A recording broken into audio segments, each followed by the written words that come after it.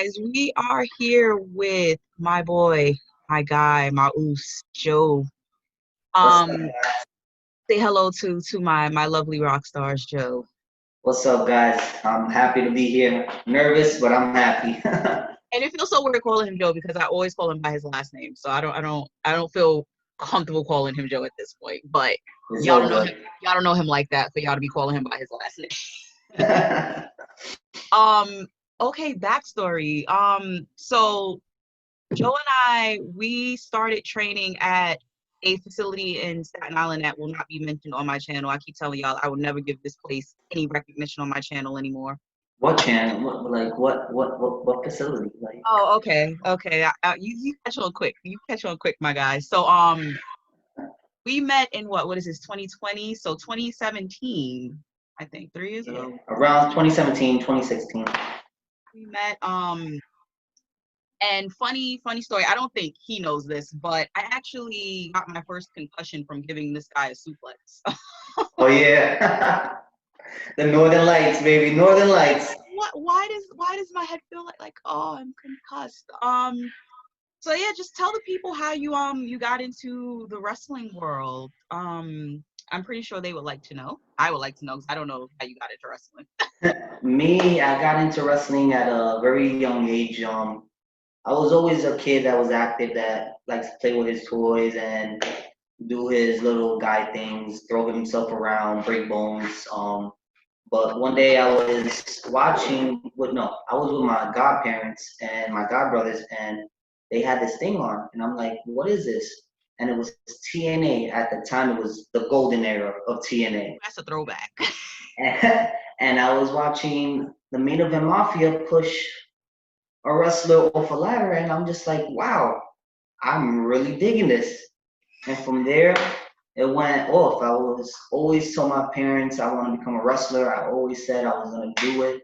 Even when I was in elementary school, all the way to high school, I was bullied, picked on, but I did it. I became a professional wrestler, and I'm still trying to achieve that dream to this day. And it's from there. That was it. Like it Dream became for in my real. blood and everything.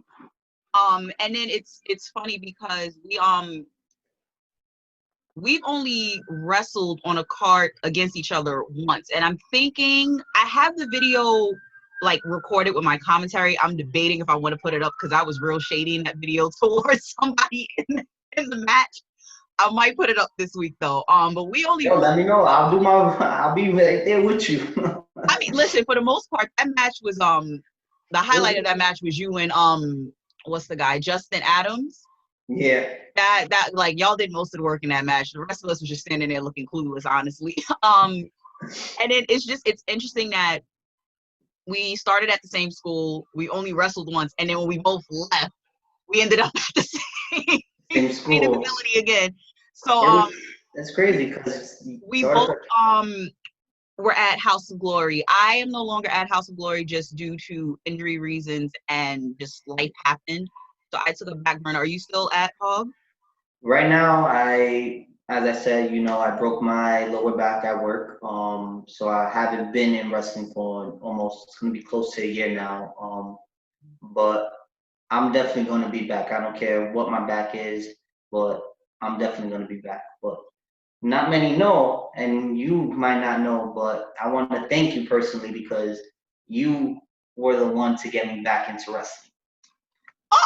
Because honestly, after you left that school and I just dropped and I just said F that school, I felt very lost. I didn't have wrestling no more, and it was a dark time in my life. And you reached out to me and you was telling me, come to House of Glory, come to House of Glory. And I was just like, man, it's all the way in Jamaica. I'm in Staten Island. But I was like, you know what? Hell, I did it. And you got my fire right back. Once I stepped into that school, when I saw Red, a guy that I looked up to for God knows how long, and being able to train under him, I want to say thank you for bringing me. Thank you for anytime. And I've said it in my last video too. Like I think going to House of Glory was probably one of the best decisions I've made in my 29 years of living on this planet. I always kick myself in the ass for not dating the first night I initially went 3 years ago, because I feel I would have been probably further along. But Red is just amazing. The energy, I think it's like, it's nonsense at every place you go to, I realize, but it's just like, it wasn't as bad as where we came from. And Red, Um, just training wise, like, it was just so nice not being yelled at.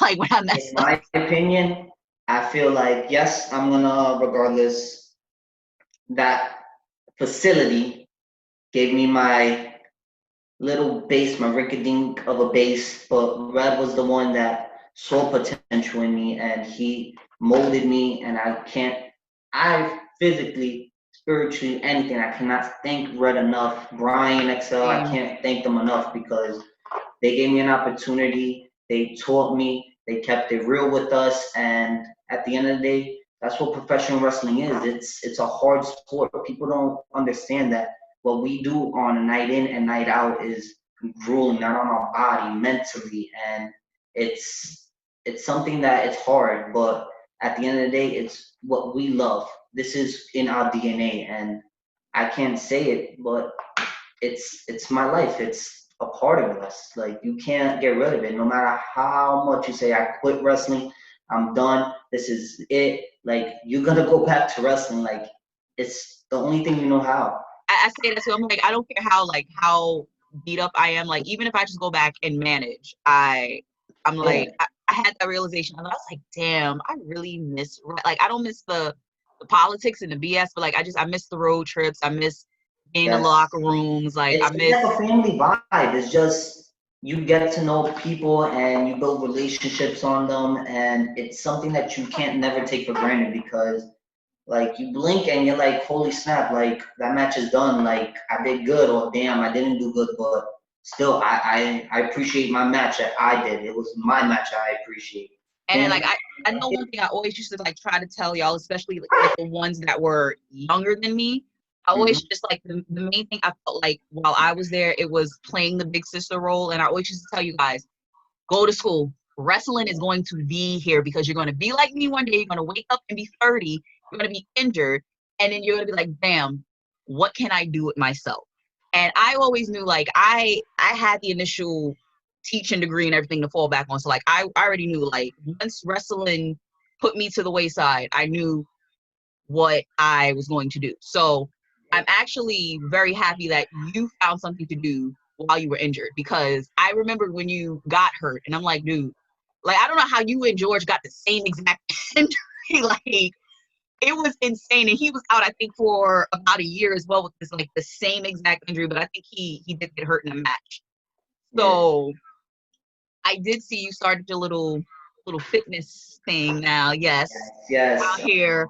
So how did you start with the whole, I mean, granted, like, you know, we're wrestlers, so like we have to be in the gym, but I'm pretty sure you were in the gym way more than I was. So how did you get on this whole workout regimen?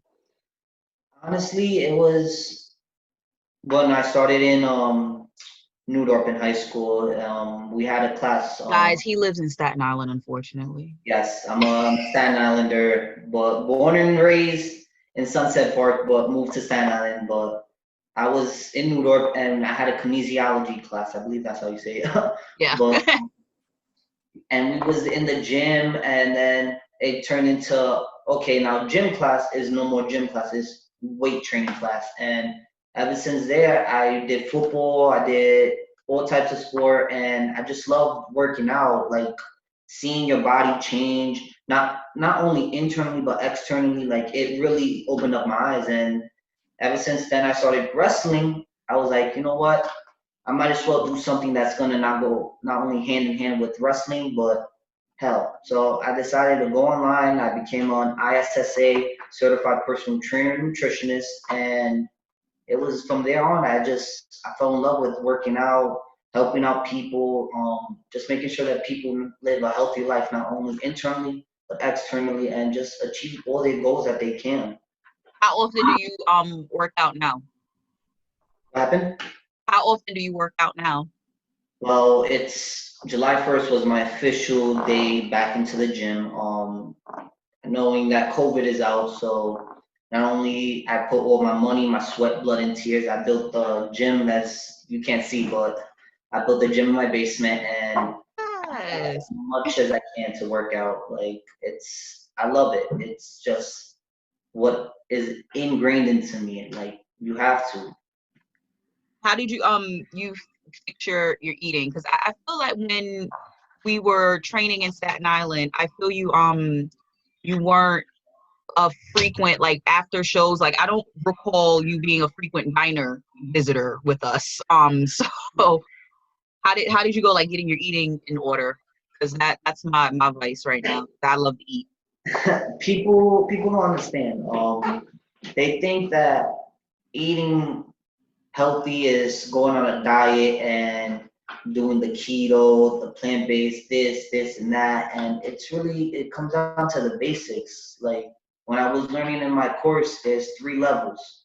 First level is eating healthy, like being smart with your eating, proportion, time, like all of that. Then you Because go let to me tell y'all how he was on Instagram. I think it was either earlier this week or it was last week with his lobster and steak too. So don't let him fool y'all. He was definitely busting down them lobster.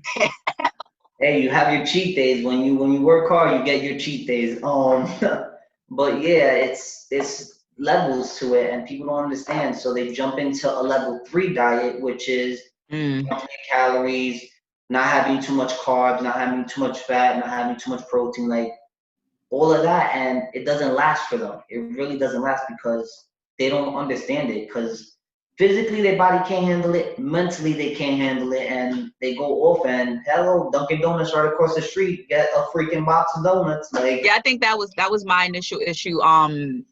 I I was like, I was weighing everything I was eating at one point, yeah, and I was just freakishly counting my calories, and I'm like, one, it wasn't fun, like, just it's restricting not. myself. And even like while I was at Hog, Red even said it. Red was like, for your size, you're like maybe a couple of pounds off of where you need to be. And I'm pretty sure if that would have been like me just stop eating cereal or something, or like just cutting out pasta and white carbs, that probably would have knocked off 5 pounds that he wanted me to knock off. But it was Yeah, just like I would go crazy. I would be like, okay, I'm not gonna eat pasta. I'm not gonna eat red meat. I'm not gonna eat any sugar. And I don't think people realize, like, it's a mental thing as well. Like, sugar it's is more addicting than drugs. So it's just like when you cut that, the withdrawal is very, very severe. it is, but it comes down to people don't understand that we need sugar. We need sugar, not the sugar that is produced, the cookies, this and that, but natural sugar, having oats, having honey, having berries, like fruits, like those are natural sugars that we can use and burn it off 1, 2, 3. All of these sugars, donuts, and everything, that's not good for you at all. At all. So have you considered going like vegetarian and vegan? I know I went vegan for like 2 months, and I realized I was just like not happy being a vegan at all. Like, some people enjoy it, some people can really do it. I did not enjoy being a vegan for 2 months. Me neither. For me, I watch, I don't know, but your fans can watch Game Changers and What the Health on Netflix. It opened my eyes a lot to nutrition. It's hard because, like, what I learned is there's 2 types of people: the people that want to be the big fruit and the people that want to be the low hanging fruit. And what that means is people want to take their problems of nutrition and everything and pick up the big things. So that means counting the calories, cutting off certain food items for them, and it don't last. Those that are low hanging fruit that takes little things, little habits, and implement them in their life day by day, and it makes it into habit. Those are the ones that are going to be more successful because they're going to get mentally, physically fit, and it's going to work for them. So I say I'm gonna start weaning myself off of meat a little, but maybe have maybe 10% of meat in my body still.